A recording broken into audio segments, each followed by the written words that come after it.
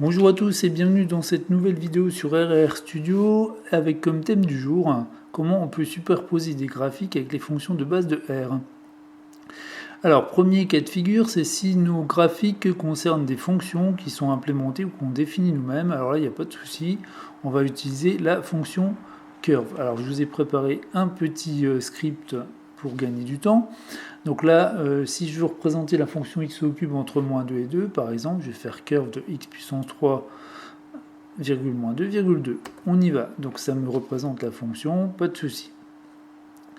Si à ce graphique-là, je veux ajouter la fonction sinus x en rouge sur ce même intervalle, parce que de toute façon, il va se caler sur l'intervalle du premier graphique, je vais faire curve de sinus x, add égale true, call égale red.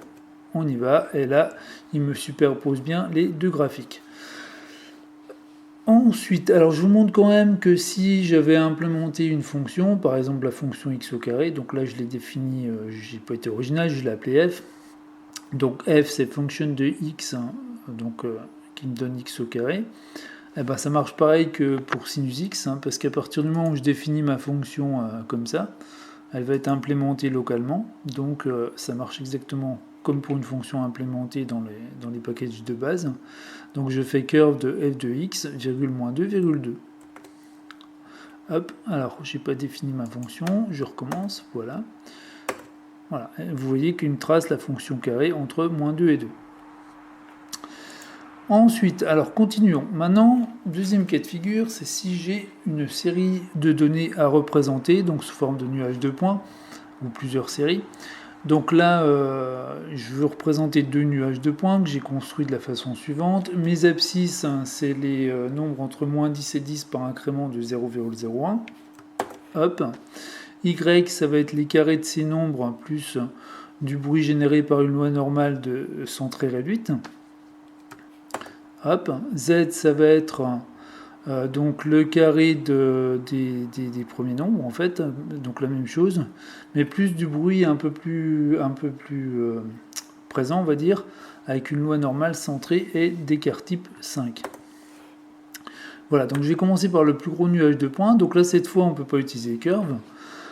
Pour représenter des séries, en fait, il faut utiliser la fonction plot. Donc on va faire plot de x, z. PCH égale 19, c'est pour la forme des points qui va me donner des points ronds et pleins. Et col égale yellow, c'est mes points, ils seront jaunes, tout simplement. J'y vais. Donc ça me donne mon nuage de points voulu. Si je veux le superposer à ça, le nuage de points dont les coordonnées sont x et y, donc je vais faire plot de x, y, PCH égale 19. On va regarder ce qui se passe, mais ça ne va pas marcher, vous allez voir. Voilà, il a remplacé le premier graphique par le deuxième. Mais c'est pas du tout ce que je veux. Moi, je veux une superposition des deux. Alors, on aurait tendance à se dire que peut-être que c'est comme curve. Si on rajoute add égale true, ça va marcher. Mais vous allez voir que non. Je vous montre quand même. Rien ne vous empêche de faire la manip chez vous. Hop. Donc, j'appuie deux fois sur l'exécution. Je vais regarder après. Donc vous voyez que ça me fait exactement la même chose, qu'il a remplacé le premier graphique par le deuxième, et qui m'affiche un warning qui est que add n'est pas un paramètre graphique, donc ça ne fonctionne pas avec la fonction plot. Donc j'enlève ma bêtise, hop, et je vais laisser tel quel. Alors l'astuce consiste à représenter le premier nuage de points, comme je l'ai fait là, donc on recommence, on va tracer notre nuage jaune. Voilà, ensuite, à la place de plot, en fait, l'astuce consiste à utiliser lines qui fonctionnent à peu près pareil, de façon équivalente, ou quasi équivalente.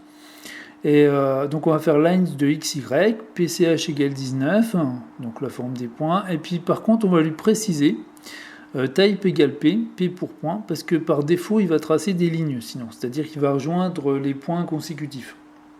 Et ça je veux pas, je veux un nuage de points. Donc on rajoute type égale p. Et on y va. Et on voit que là, on a nos deux nuages qui sont superposés.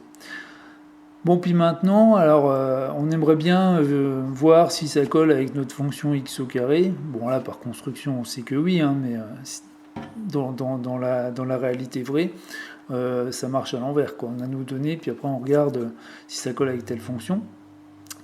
Donc on va tracer notre fonction x au carré pour regarder, on va la tracer en bleu. Et là du coup on peut utiliser la fonction curve avec add égale true et call égale blue pour la couleur. Et puis j'ai mis LWD égale 2, alors c'est line width, c'est pour l'épaisseur de la ligne en fait.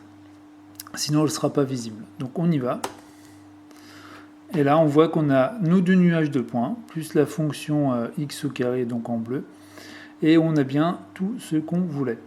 Donc voilà, je voulais vous présenter un petit peu tout ça, parce que je sais que moi je m'en mêlais un petit peu les pinceaux tout au début quand je débutais, parce que je ne comprenais pas pourquoi plot ne fonctionnait pas de la même façon que curve, etc. etc. Donc voilà, je vous fais gagner du temps, ça vous évite de chercher dans les livres. N'hésitez pas à poser des questions dans les commentaires s'il y a des points obscurs, s'il y a des choses que vous voulez, dont vous voulez des précisions. N'hésitez pas à dire aussi ce que vous aimeriez voir d'autres comme points dans les prochaines vidéos. Et puis n'hésitez pas non plus à vous abonner à la newsletter pour ne rien rater de la chaîne. Des codes promo pour les formations que je vais bientôt mettre à disposition. Et puis pour avoir d'autres astuces qui n'apparaîtront pas dans les vidéos ni dans le blog, qui n'apparaîtront que pour mes abonnés à la newsletter. Donc si vous voulez rien rater, n'hésitez pas à vous abonner. Voilà, alors il me reste à vous dire à bientôt pour une prochaine vidéo. Travaillez bien sur vos données et à bientôt.